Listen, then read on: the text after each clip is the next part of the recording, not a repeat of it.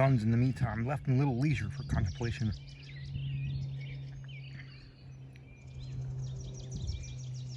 My house was literally besieged from morning until night.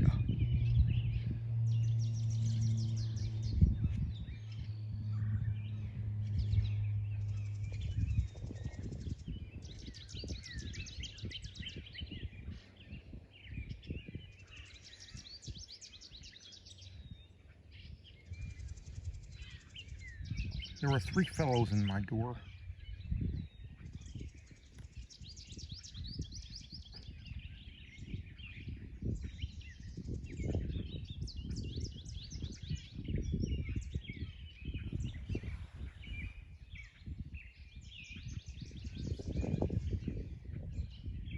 There were 3 fellows in particular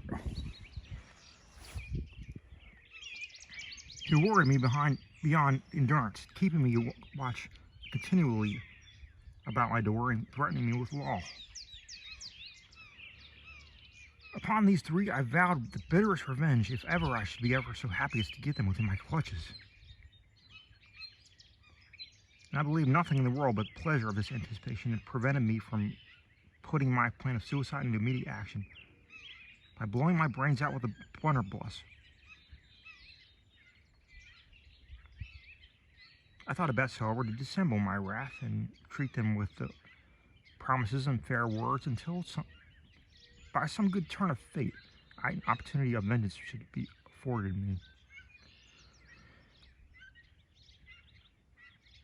Having given them the slip and feeling more than usually dejected, I continued for a long time to wander about the most obscure streets without object, until at length I chanced to stumble against the corner of a bookseller's stall. Seeing a chair close at hand for the use of customers, I threw myself doggedly into it.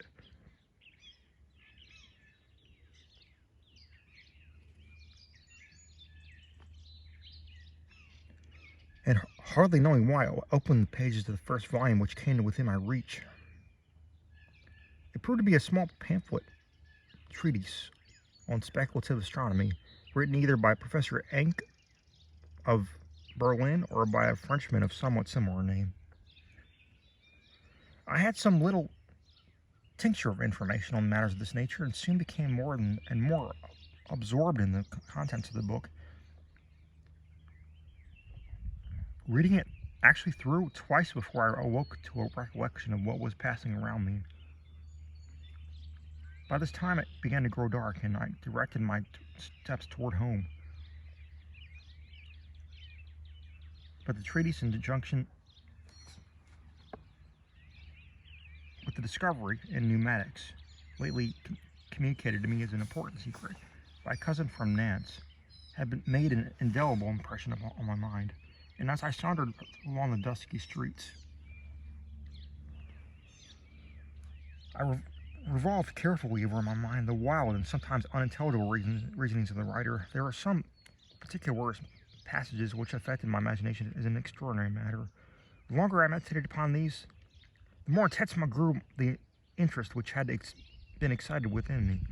The limited nature of my education in general, and more especially my ignorance on subjects connected with natural philosophy, so far from rendering me diffident of my own ability to comprehend what I had read, or inducing me to mistrust the many vague notions which had arisen in consequence, merely served as a farther stimulus to imagination, and I was vain enough, or perhaps reasonable enough, to doubt whether those crude ideas which are arising in ill-regulated minds have all the appearance, may not often in effect possess all the force, the reality, or any other inherent properties of instinct or intuition. It was late when I reached home, and I immediately went to bed. My mind, however, was too much occupied to sleep, and I lay the whole night buried in meditation. Arising early the next morning, I repaired eagerly to the bookseller's stall and laid out what little ready money I had possessed, and purchased some volumes of mechanics and practical as astronomy.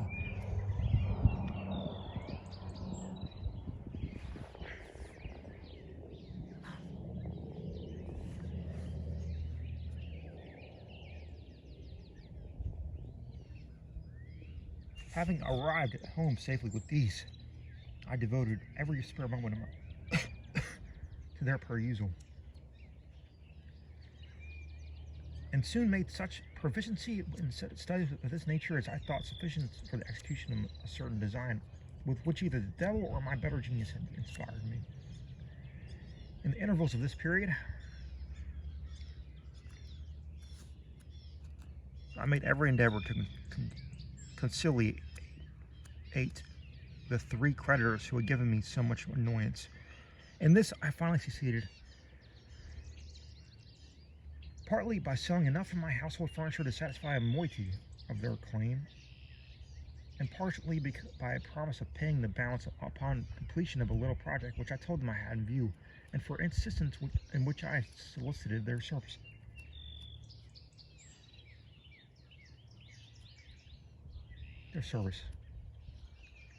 By these means, for they were ignorant men, I found little difficulty in getting them over to my purpose. Matters being thus arranged, I contrived, by the aid of my wife, and with the greatest secrecy of caution, to dispose of what property I had remaining, and to borrow in small sums, under various pretenses, and without giving any attention, I am ashamed to say, to my future means of repayment, no inconsiderable quantity of ready money. With the means thus accruing, I proceeded to procure at intervals cambric muslin, very fine, in pieces of 12 yards each, twine, a lot of the varnish of caoutchouc, a large and deep basket of wicker work, made to order, and several other articles necessary in the construction and equipment of a balloon of extraordinary dimensions. This I directed to my wife to make up as soon as possible, and gave her all the requisite information as to the particular method of proceeding. In the meantime, I worked up the twine in a network of sufficient dimensions, rigged it up with a hoop and the necessary cords, and made purchase of numerous instruments and materials for experiment in the operations of the atmosphere. The upper atmosphere. I then took opportunities to convey by night, by a retired situation east of Rotterdam, 5 iron-bound casks to contain about 50 gallons each, and one of a larger size. 6 tin tubes, 3 inches in diameter, properly shaped and 10 feet in length, a quantity of particular metallic substance, or semi-metal, which I shall not name, and a dozen demijohns of a very common acid. The gas to be formed from these latter materials is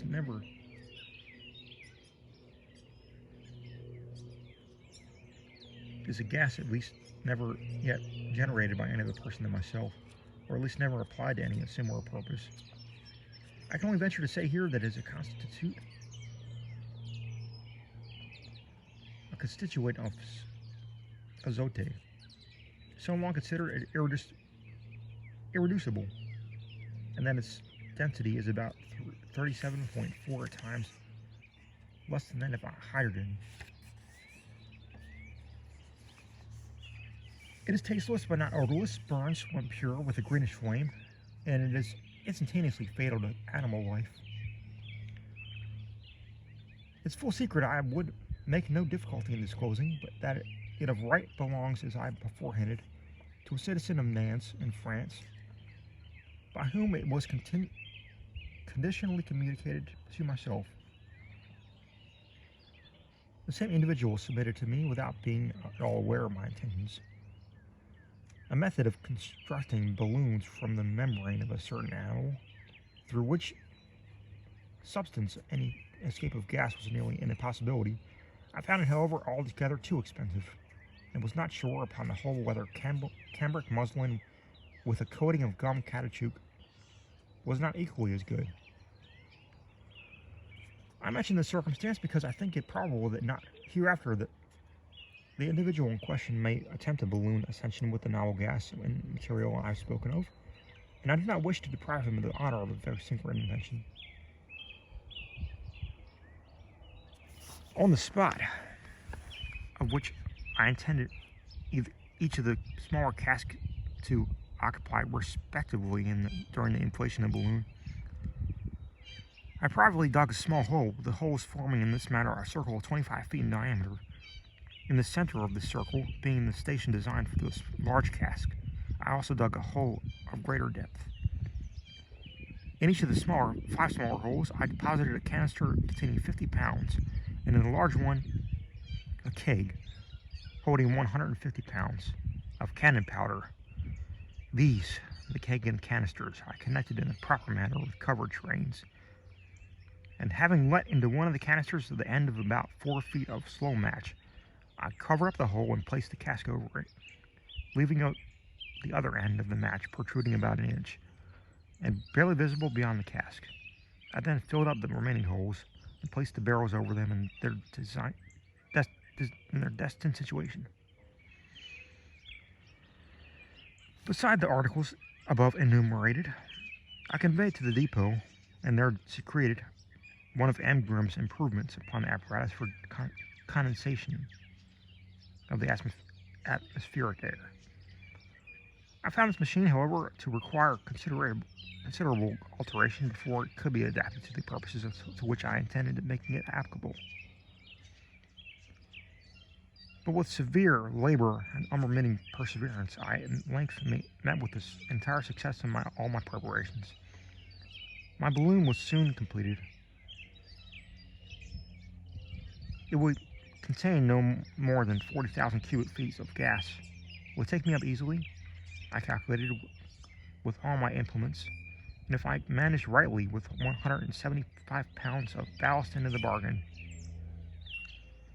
It had received 3 coats of varnish, and I found the cambric muslin to answer all the purposes of silk itself, being quite as strong as a good deal less expensive. Everything now being ready, I exacted from my wife an oath of secrecy in relation to all my actions from the day of my first visit to the bookseller's stall, and promising on my part to return as soon as circumstances would permit. And I gave her what little money I had left and bade her farewell. Indeed, I had no fear on her account. She was what people would call a noble woman,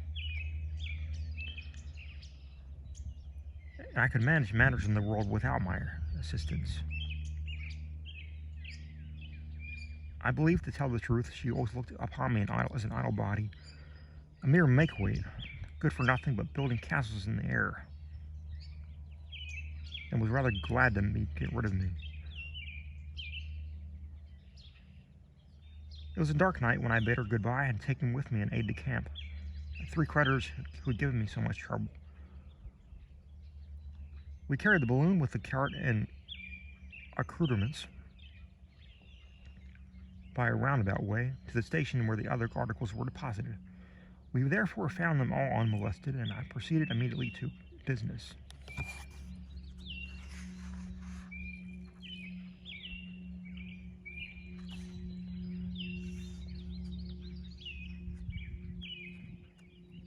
It was the 1st of April. The night, as I said before, was dark. There was not a star to be seen, and a drizzling rain, falling at intervals, rendered us very uncomfortable. But my chief anxiety was concerning the balloon, which, in spite of the varnish which it was defended, began to grow rather heavily with the moisture, with the powder also was liable to damage. I therefore kept my 3 dunes working with great diligence, pounding down ice around the central cask, and striking the acid with the others. They did not cease, however, in importuning me with questions as to what I intended to do with all this apparatus, and expressed much dissatisfaction at the terrible labor I made them undergo. They could not perceive, as so they said, with good was likely to result from their getting wet to the skin, merely to take a part in such horrible incantations. I began to get uneasy and worked away with all my might, for I verily believed that the idiots supposed that I entered in compact with the devil.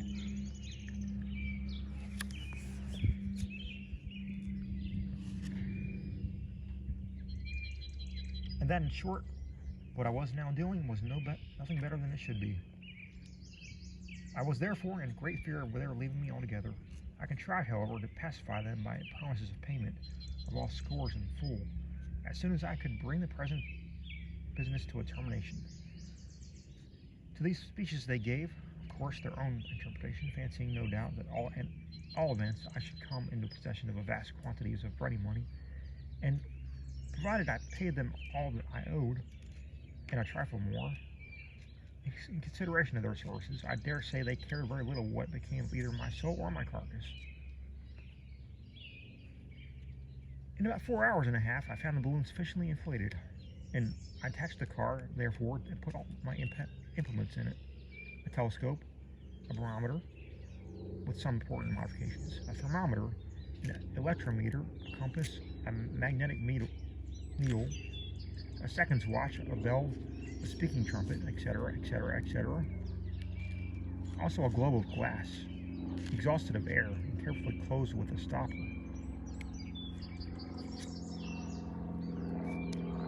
Not forgetting the condensing apparatus, some unslacked line, a stick of sealing wax, a copious supply of water, and a large quantity of provisions, such as pemmican, and much nutriment is contained in comparatively little bulk.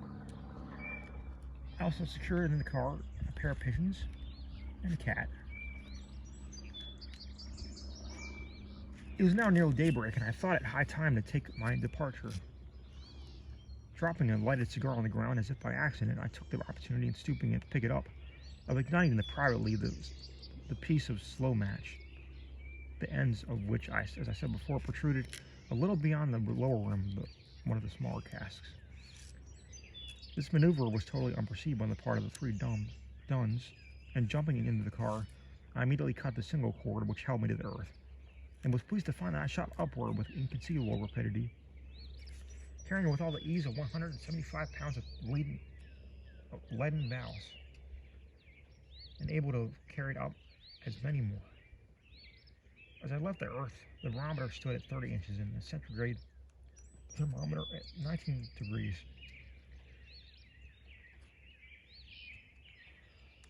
Scarcely, however, had I attained the height of 50 yards when roaring and rumbling after me in the most tumultuous and terrible manner came so dense a hurricane of fire and gravel and burning wood and blazing metal and mangled limbs that my very heart sunk within me, and I fell down in the bottom of the car, trembling with terror. Indeed, I now perceived that I had entirely overdone the business, and that the main consequences of the shock were yet to be experienced.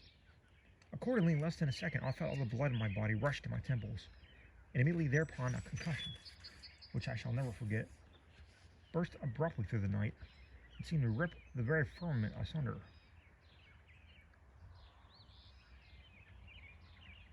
When I afterward had time for reflection, I did not fail to attribute the extreme violence of the explosion, as regarded myself, to its proper cause.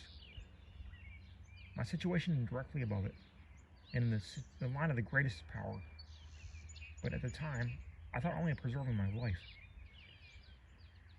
The balloon at first collapsed and then furiously expanded, then whirled around and around with sickening velocity, and finally, reeling and staggering like a drunken man, hurled me over the rim of the car and left me dangling at a terrific height, with my head downward and my face outward by a piece of slender cord about 3 feet in length, which hung accidentally over through a crevice near the bottom of the wicker work, and in which as I fell, my left foot became most providentially entangled. It is impossible, utterly impossible, to form any adequate idea of the horror of my situation. I gasped convulsively for breath. A shudder resembling a fit of the ague agitated every nerve and muscle in my frame. I felt my eyes started from their sockets. A horrible nausea overwhelmed me, and at length I lost all consciousness in a swoon. How long I remained in this state is impossible to say.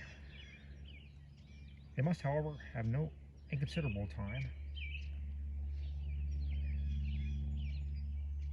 for when I partially recovered the sense of my existence, I found the day breaking, the balloon at a prodigious height over the wilderness of ocean, and not a trace of land to be discovered through the far and wide within the limits of the vast horizon.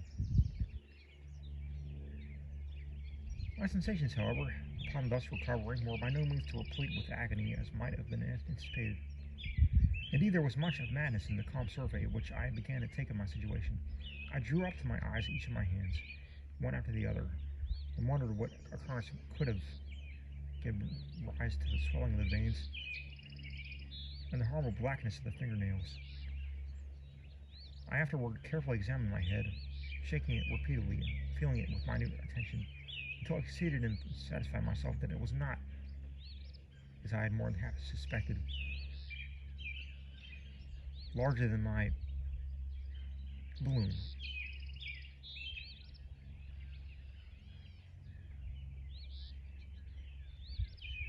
Then, in a knowing matter, I felt both my breeches pockets, missing them therefrom a set of tablets in a toothpick case, endeavored to account for their disappearance, and not being so able to do so, felt inexpressibly chagrined. It now occurred to me that I suffered great uneasiness in the joint of my left ankle, and a dim consciousness of my situation began to glimmer through my mind. But, strange to say, I was neither astonished nor horror-stricken. If I felt any emotion at all, it was a kind of chuckling satisfaction at the cleverness I was about to display, in extricating myself from this dilemma. And never for a moment did I look upon my ultimate safety as a question susceptible of doubt. For a few minutes I remained wrapped in the profoundest meditation. I have a distinct recollection of frequently compressing my lips, putting my forefinger inside my nose, and making use of the other gesticulations and grimaces common to men who, at ease in their armchairs, meditate upon matters of intricacy or importance.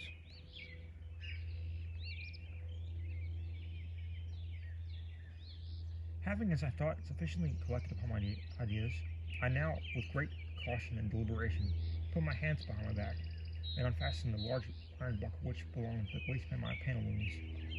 This buckle had 3 teeth, which, being somewhat rusty, turned with great difficulty in their axis.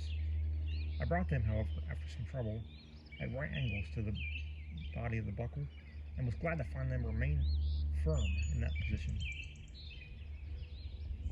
Holding with my teeth the instrument thus obtained, I now proceeded to untie the knot of my cravat. I had to rest several times before I could accomplish this maneuver, but it was at length accomplished. To one end of the cravat I made fast the buckle, and the other end I tied, for greater security, tightly around my wrist. Drawing now my body upward with prodigious exertion of muscular force, I succeeded, and at the very first trial, in throwing the buckle over my car, and entangling it, as I had anticipated, in the circular rim of the wickerwork.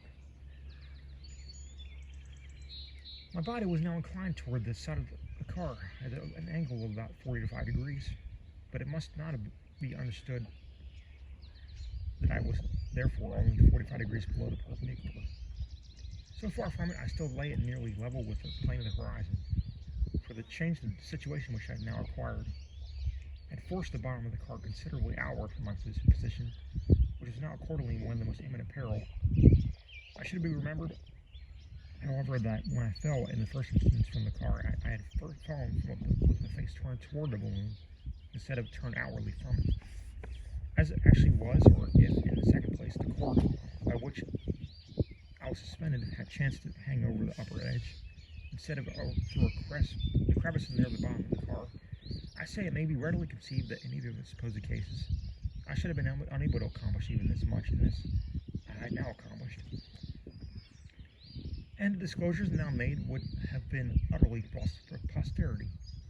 I had therefore every reason to be grateful, although, in point of fact, I was too stupid to do anything at all, and hung for perhaps a quarter of an hour, and in that extraordinary manner, without making the slightest farther exertion, and in a singularly tranquil state of idiotic enjoyment.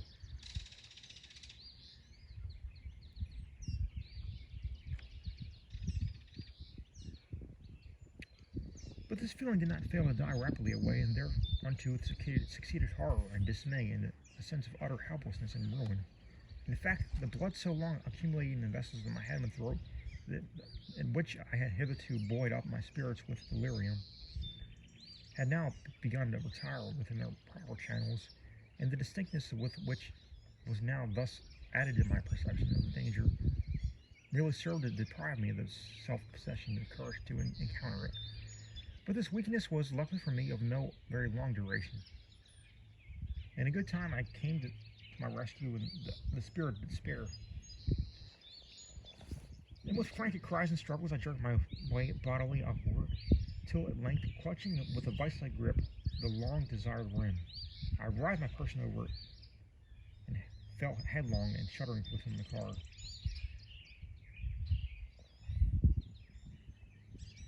It was not until some time afterward that I recovered myself sufficiently to attend to the ordinary cares of the balloon. I then, however, examined it with attention and found it, to my great relief, uninjured. My implements were also safe, and fortunately I neither lost ballast nor provisions, and indeed I had so well secured them in their places that such an accident was entirely out of the question. Looking at my watch, I found it 6 o'clock. I rapidly ascended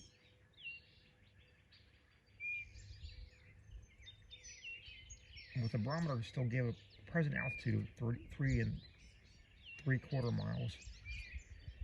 Immediately beneath me in the ocean lay a small black object, still oblong, slightly oblong in shape, seemingly about the size of a domino, and in every respect bearing a great resemblance to one of those toys.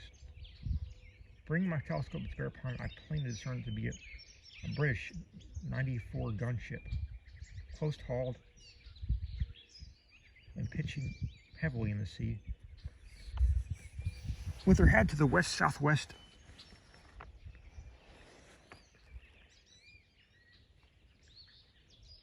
Beside this ship, I saw nothing but the ocean and sky.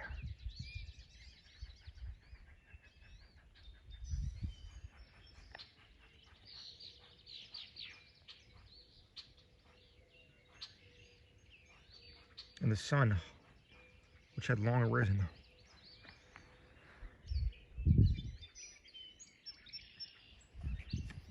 It is now high time that I should explain, Your Excellencies, the object of my voyage. Your Excellencies will bear in mind that the distressed circumstances in Rotterdam had at length driven me to the resolution of committing suicide. It was not, however, to that of life itself I had any positive disgust, but that I was harassed beyond endurance by the adventitious miseries attending my situation. In the state of mind of wishing to live, yet wearied with life, the treatise at the stall of the bookseller, backed by the opportune discovery of my cousin of Nance, opened a resource to my imagination. I then finally made up my mind. I had determined to depart, yet live, to leave the world, yet continue to exist. In short, to drop enigmas. I resolved, let what would ensue, to force a passage, if I could, to the moon.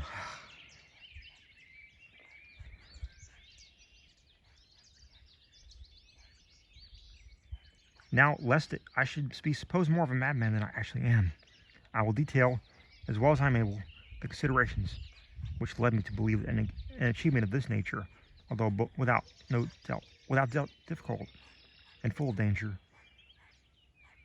was not absolutely to a bold spirit beyond the confines of the possible. The moon's actual distance from the earth was the first thing to be attended to.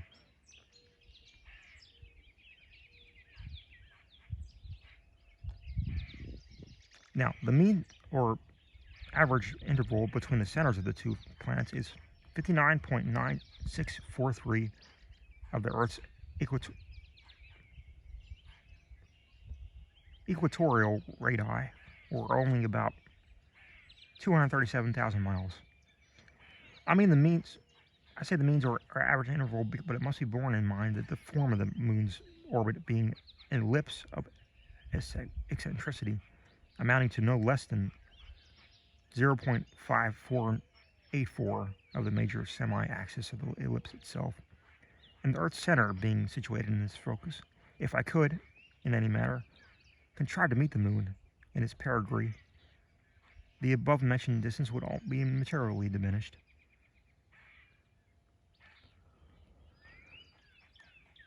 But to say nothing at all, it's present of this possibility, it was very certain that, at all events, from the 237,000 miles I would have to deduct from the radius of the Earth, say 4,000 on the radius of the moon, say 1,080, or in all 5,080, leaving an actual interval to be traversed and under average circumstances of 231 miles, 1,920 miles. Now this, I reflected, was no easy, very extraordinary distance. Traveling on the land has been much repeatedly accomplished at a rate of 60 miles per hour, and would indeed a much greater speed may be anticipated. But even at this velocity, it would take me more than 161 days to reach the surface of the moon. There were, however, many particulars inducing me to believe that my average rate of traveling might possibly very much exceed that of 60 miles per hour, and that these considerations did not fail to make a deep impression upon my mind. I will mention them more fully hereafter.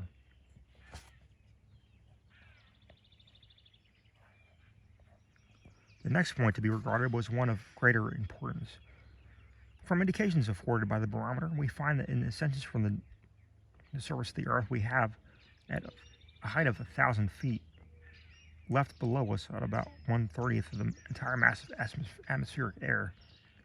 That at 10,600, we have ascended through nearly 1/3, and that at 18,000, which is not far from the elevation of Cotopaxi, we have surmounted 1/2 the material, or at all events 1/2 of the ponderable body of air incumbent upon our globe. It is also calculated that at an altitude of not exceeding the 100th part of the Earth's diameter, that it is not exceeding 80 miles. The rarefaction would be so excessive that animal life could be in no manner be sustained, and moreover that the most delicate means we possess of ascertaining the presence of the atmosphere will be inadequate to the source of its existence.